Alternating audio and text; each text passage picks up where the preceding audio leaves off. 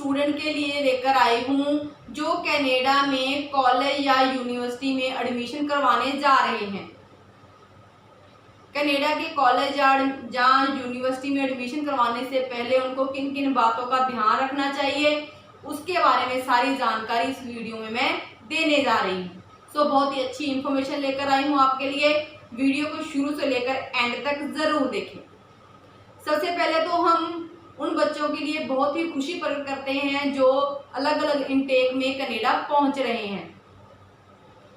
आपको ये बताना बहुत ज़रूरी है कि कनाडा में क्या है, जो ऑफिसर आपको वीज़ा देते हैं ना, वो कनाडा में पैदा होते हैं और कनाडा के रूल्स को ही फॉलो करते हैं। और कनाडा में किसी तरह की कोई सिफारिश नहीं चलती, कोई रिश्वत नहीं चलती, सिर्फ रूल्स को फॉलो किया जाता है। और हमारे जो नुमाइंदे हैं वो कनाडा में पिछले 17-18 साल से रह रहे हैं, तो उनके पास काफ़ी अच्छा एक्सपीरियंस है। उनके एक्सपीरियंस के अकॉर्डिंगली ही आज की वीडियो हम बनाने जा रहे हैं।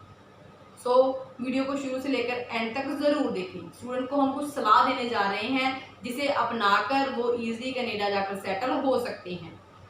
सबसे पहले तो आपको ये बताना ज़रूरी है कि कनाडा में अगर आप एडमिशन कॉलेज में करवाएं या फिर यूनिवर्सिटी में करवाएं, इसका आपके कैरियर के ऊपर कोई असर नहीं पड़ेगा, ये आपको पता होना चाहिए।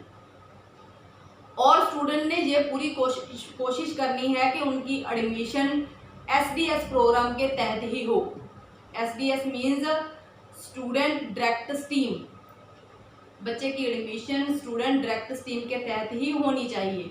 इसमें क्या है, पार्ट टाइम वर्क परमिट और पोस्ट ग्रेजुएट वर्क परमिट मिलना अलाउ होता है।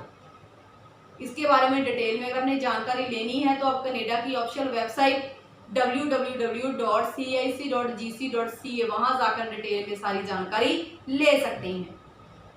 वहां आपने इस वेबसाइट को ओपन करना है और वहां जाकर विंडो में टाइप कीजिए list of DLA approved institutes in Canada. जब एंटर करोगे तो जिस भी प्रोविंस में आपकी संस्था है उसके बारे में आप चेक करो और आपको उसका DLA नंबर मिलेगा और आपको पता चलेगा कि आपका जो कोर्स आपने चूज किया है उसके लिए वर्क परमिट की फैसिलिटी है या नहीं है। तो वहां आप घर बैठे पूरी डिटेल में सारी जानकारी ले सकते हैं।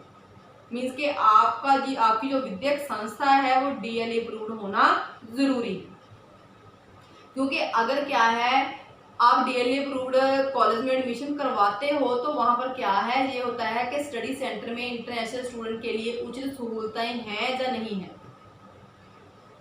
अगर आप किसी प्राइवेट कॉलेज में एडमिशन करवाते हो और आपका वीज़ा ग्रांट नहीं होता तो आपकी फीस रिफंड नहीं हो सकती। अगर आपका कॉलेज DLA अप्रूव्ड नहीं है, प्राइवेट कॉलेज है, तो आपको ये पता होना चाहिए। अगर आपके पास फंड कम है, सफिशिएंट फंड नहीं है, तो आप कोशिश कीजिए कि बड़े शहरों में एडमिशन कराने की बजाय जो छोटे शहर हैं वहाँ के जो कॉलेज हैं वहाँ एडमिशन करवाएं।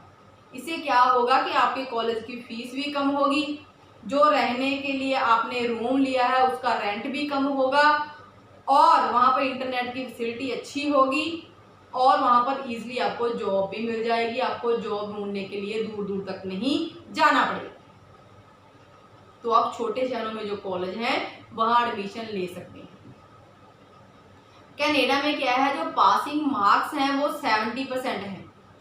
तो मैं स्टूडेंट को यही सलाह दूंगी कि अगर आप पढ़ने में अच्छे हैं, आपका इंटरेस्ट है पढ़ाई में, तो ही आप स्टडी वीज़े के लिए अप्लाई करें और स्टडी वीज़े पे कनाडा जाएं।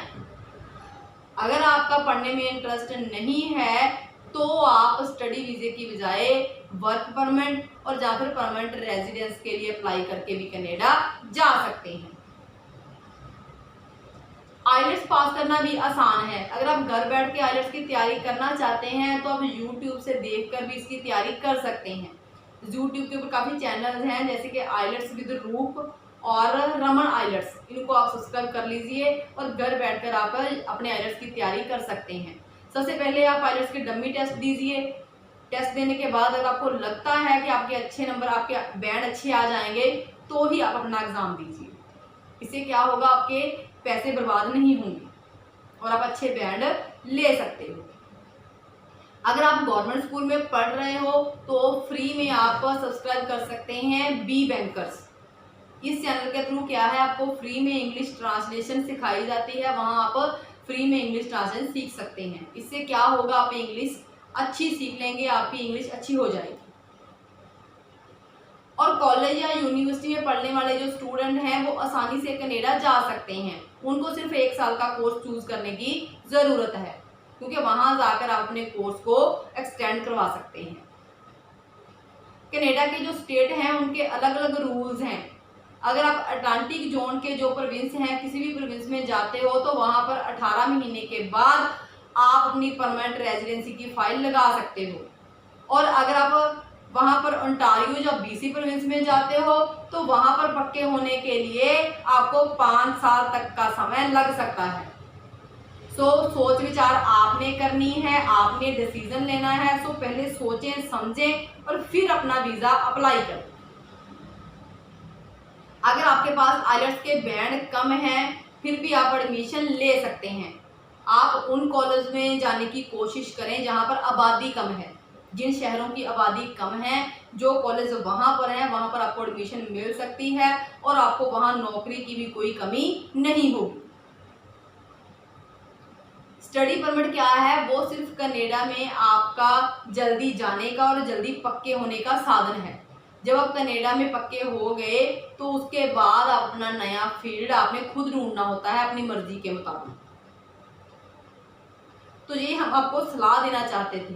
आप किसी भी एजेंट से फाइल लगवाएं, लेकिन हमारी सलाह मानकर आप नुकसान से बच सकते हैं। आपका पैसा बर्बाद नहीं होगा और आप सीधा रास्ता अपनाकर कनाडा जाकर सेटल हो सकते हैं, क्योंकि हम आपकी हेल्प करना चाहते हैं। हम चाहते हैं कि बच्चों का नुकसान ना हो और वो इजी सही रास्ता अपनाकर कनाडा जाकर सेटल हो सके। अगर किसी तरह की आपने कोई और जानकारी लेनी है, कनाडा के बारे में कुछ पूछना चाहते हैं, तो आप हमारे कनाडा ऑफिस में संपर्क कर सकते हैं। कनाडा ऑफिस का नंबर नोट कर लीजिए, +1 604 765 5008। इस नंबर पे आप कनाडा दिन के टाइम संडे को सुबह 9 बजे से 4 बजे तक बात कर सकते हैं।